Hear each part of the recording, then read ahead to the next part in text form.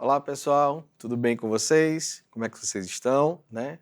Nós já nos conhecemos, né? Mas estou aqui para mais um encontro com vocês, né? Eu sou o professor Eduardo Lima, né? E é um prazer estar aqui com vocês discutindo temas tão importantes dentro da disciplina de Filosofia dos Direitos Humanos, tá bom?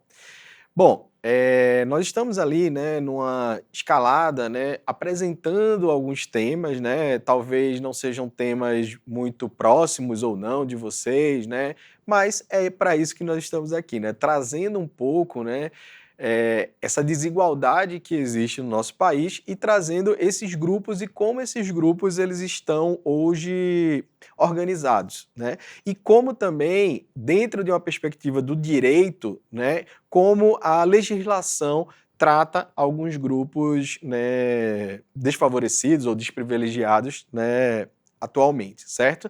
E hoje, né, o tema de hoje nós vamos tratar ali da pessoa com deficiência, né? Como é que a pessoa com deficiência ela é vista em nosso país, né? E que ações foram feitas ao longo da nossa história, né? Temos ali marcos muito interessantes, como a Constituição, né, de 88, né? Como o Estatuto, né, da pessoa com deficiência, onde até as nomenclaturas e os objetivos, né? Temos ali muita da nossa legislação, ela vem ali de uma inspiração internacional, né? Como a própria Declaração dos Direitos do Homem, né, e da sua dignidade, né, dos direitos humanos do homem e da dignidade, né, pela ONU. Enfim, né, hoje, né, nós vamos ver, né, entender ali um pouco, né, desse grupo, né, desse grupo que ao longo da nossa história, né, quando eu falo da nossa história, estou falando de humanidade, né, passou ali por diversos entendimentos, né? Então, o texto, né, que embasa, né, é o texto da Laura Piovesan, né, da Flávia Piovesan, desculpa, que você já tem acesso, né, está lá no Educa, e espero, né, que tenham lido e que tenham gostado, né, e ela vai falando dessa trajetória histórica das pessoas com deficiência. Então, a gente sabe, né, que ao longo ali, até ali o século XVIII, século XIX, o mundo ocidental escondia as pessoas com deficiência, ou seja, era um grupo que ficava ali, que só tinha vamos dizer assim, o espaço da casa, né? Então era um grupo que não se tinha perspectiva, não se imaginava que essa pessoa ela pudesse ter um trabalho, ela pudesse estudar, ela pudesse ser um ser humano com seus direitos e um sujeito, né, que merecia ali a dignidade. Ou seja, então, até o século XIX, início do século XX, nós, enquanto sociedade, entendíamos as pessoas com deficiência como sujeitos que não mereciam direito, não tinham direito a nada, né? A partir do século XIX, início do século XX, a gente vai ter uma pequena mudança, vão surgindo ali grupos, né, com muito viés ali ligados a grupos religiosos ou assistencialistas que tentavam ali promover alguma dignidade, né, para essas pessoas que precisavam do quê? De uma atenção especial, né? Na verdade, nem exatamente uma atenção especial, precisavam, na verdade, de uma sociedade que fosse inclusiva, né, que fosse para todos, né? Muitas vezes a gente pensa, né, a nossa sociedade, né, a gente pensa qual seria o modelo como um modelo único, e talvez seja esse o nosso erro, talvez seja esse o nosso problema. Talvez a gente deveria pensar parar de pensar em um ser humano como um modelo ao qual deve ser seguido e entender que nós temos uma diversidade infinita, né, de possibilidades do que é, né, ser um ser humano e de como todos esses seres humanos que nós somos temos ali o direito, né, e deveres, obviamente, mas o direito a questões básicas, né, como casa, moradia, alimentação, educação, para que a gente tenha uma vida independente e de qualidade. Então, esse será o tema de hoje, né, nesse nosso encontro, nesse nosso terceiro encontro, né, onde nós vamos discutir ali o direito da pessoa com deficiência. E aí eu trago, né, uma provocação, vocês já devem estar acostumados, né, eu gosto de trabalhar com imagens e trabalhar um pouco com essas charges para a gente ter ali uma reflexão, né? E aí a gente tem aqui, vou descrever para vocês, né? Nós temos uma árvore ali atrás e nós temos diversos animais. Temos um pássaro, um macaco, um pinguim, um elefante, um peixe, coitado, tá ali dentro do aquário dele. Temos ali uma foca, um leão marinho, não sei, e um cachorro, né? E ali nós temos um ser humano, né, que fala: olhe, para ter uma seleção justa, todo mundo vai fazer o mesmo exame, escalar naquela árvore. E aí eu pergunto a vocês, é justo essa seleção?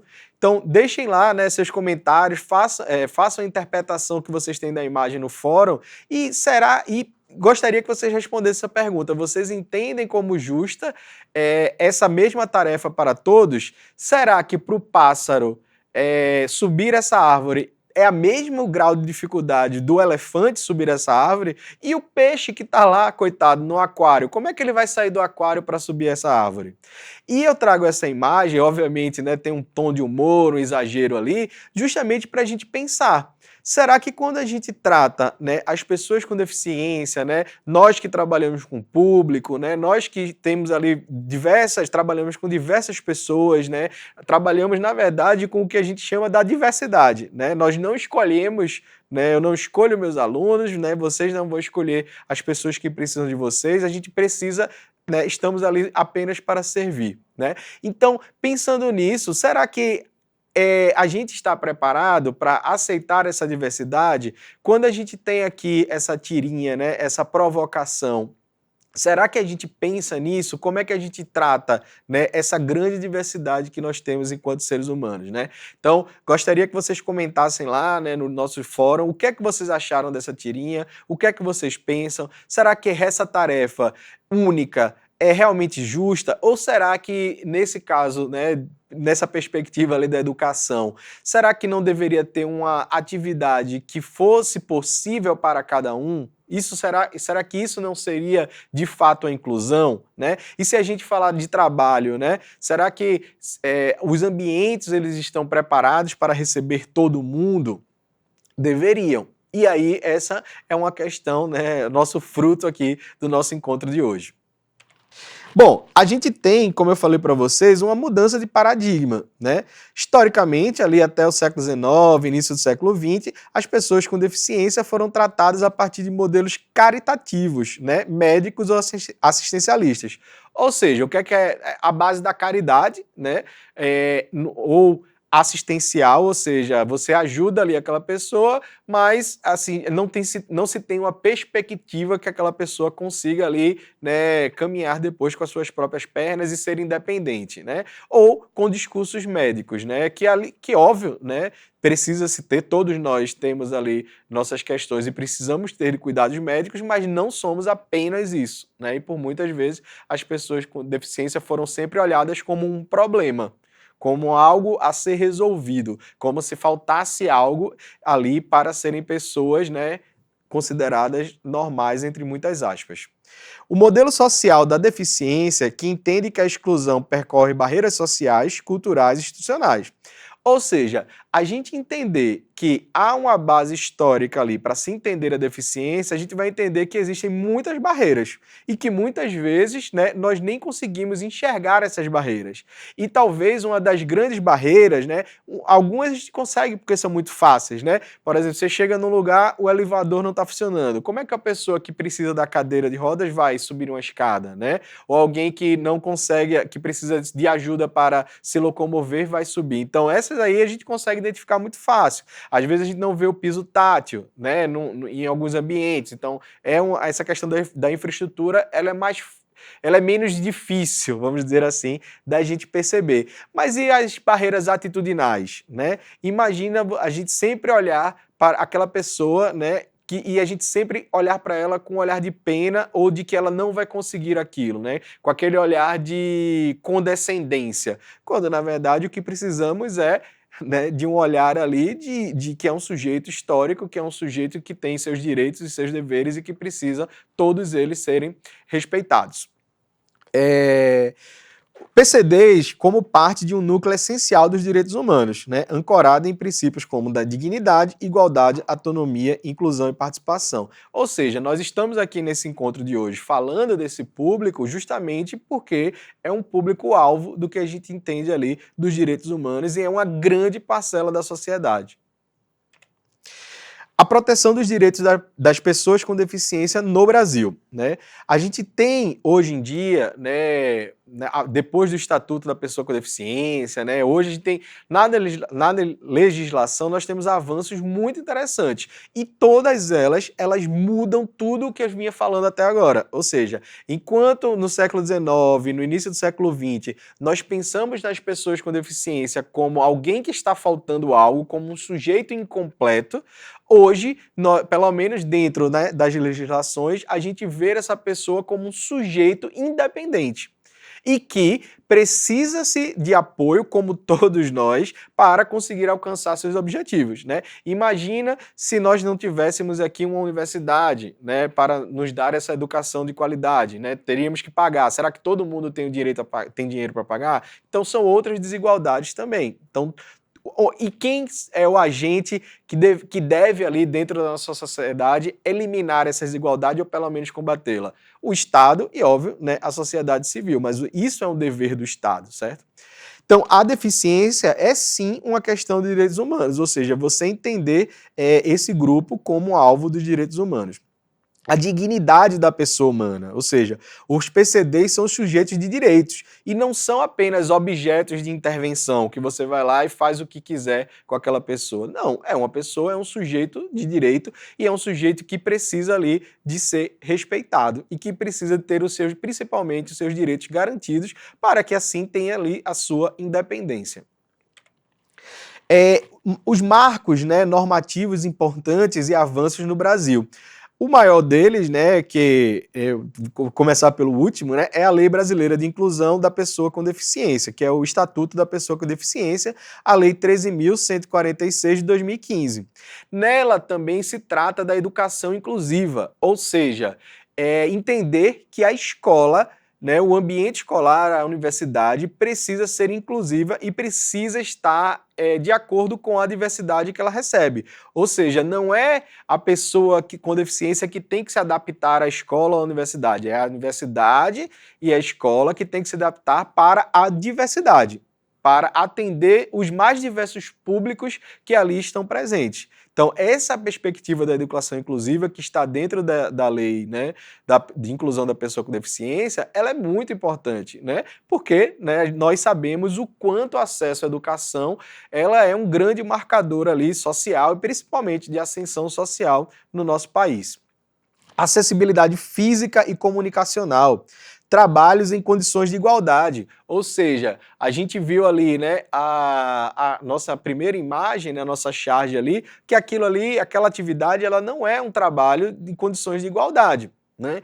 E isso é óbvio que ali, né, a gente está exagerando, né, ali na charge, mas será que a gente não vê isso cotidianamente? Será que vocês não têm aí um caso que vocês possam contar lá no fórum, né?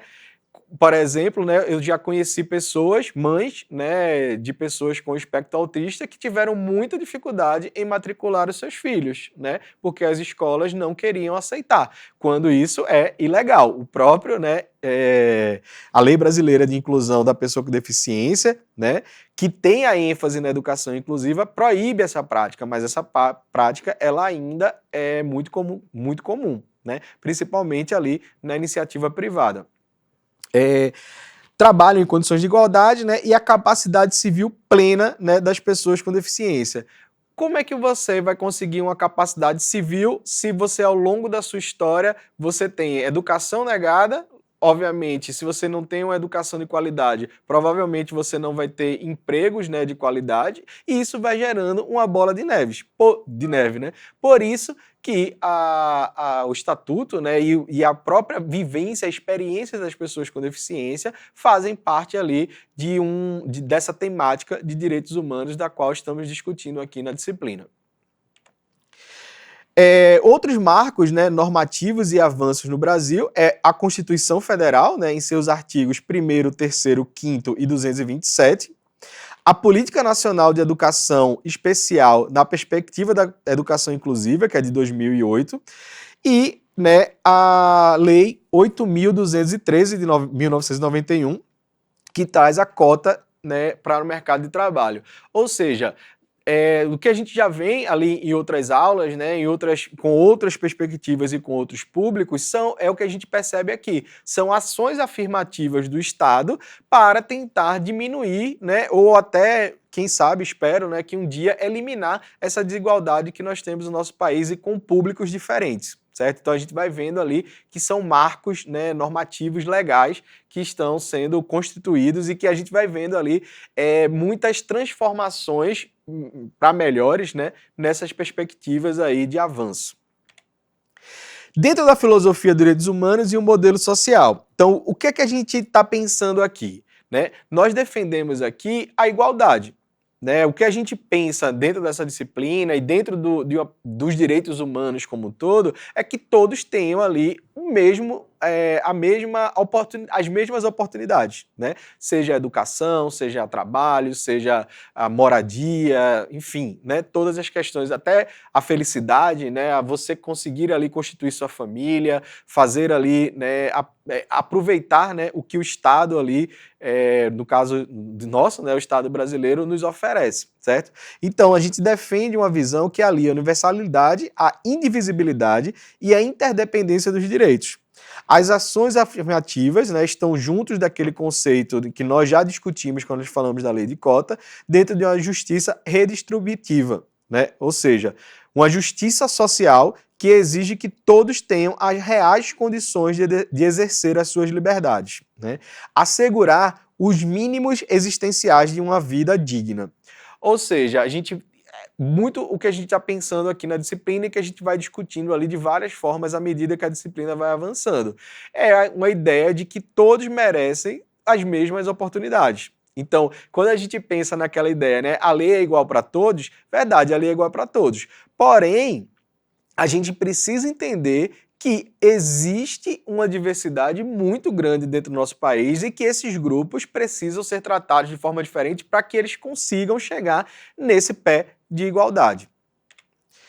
E aí nós temos ali essas perspectivas, né? A gente tem os nossos desafios hoje, né? Seria essa implementação efetiva da Lei Brasileira de Inclusão, com fiscalização e com recursos, né? Porque muitas vezes a gente tem ali, não tem as barreiras atitudinais, você tem gestores, diretores de escola, empresários, sempre que estão ali dentro, né, dessa perspectiva de igualar essas oportunidades para a pessoa com deficiência, mas muitas vezes as políticas públicas não chegam com recursos à escola, à universidade, né, aos espaços públicos, né, para que de fato a gente tenha ali, né, uma sociedade inclusiva. Ampliação da educação em direitos humanos, né, que a gente já vem fazendo isso aqui, o fortalecimento de políticas intersetoriais, participação social e representatividade política. E aí, entender que a deficiência não é exatamente a causa da desigualdade, mas a gente precisa eliminar essas questões, né, para que a gente tenha, de fato, uma sociedade que seja igualitária e que seja preparada para a diversidade. Nossos desafios, né? A infraestrutura inacessível em escolas, transportes, serviços públicos e privados, né? O preconceito e esse capacitismo estrutural, sempre pensando que a pessoa com deficiência ela é incapaz de conseguir realizar atividades, né? Educação inclusiva sob ameaça, né? A ausência de políticas de cuidado com uma perspectiva de gênero também, porque é aquela coisa, né? Muitas vezes a gente vai ver que quem cuida das pessoas com deficiência são as mulheres, e quem cuida de quem é o cuidador, né? Então precisa-se também entender que é outra desigualdade que a gente vive também no nosso país. E os baixos índices de inclusão no mercado de trabalho, né? Ou seja, se a gente não tem um grande número de pessoas com deficiência com acesso à educação, isso vai se refletir ali também no trabalho, né? E isso é um problema que o Estado precisa resolver. É isso, pessoal. Espero que tenham gostado da aula, tenham gostado do texto e convido vocês mais uma vez a deixar ali suas opiniões, né, suas avaliações lá nos fóruns e nas atividades que nós temos no Educa. Um forte abraço para vocês.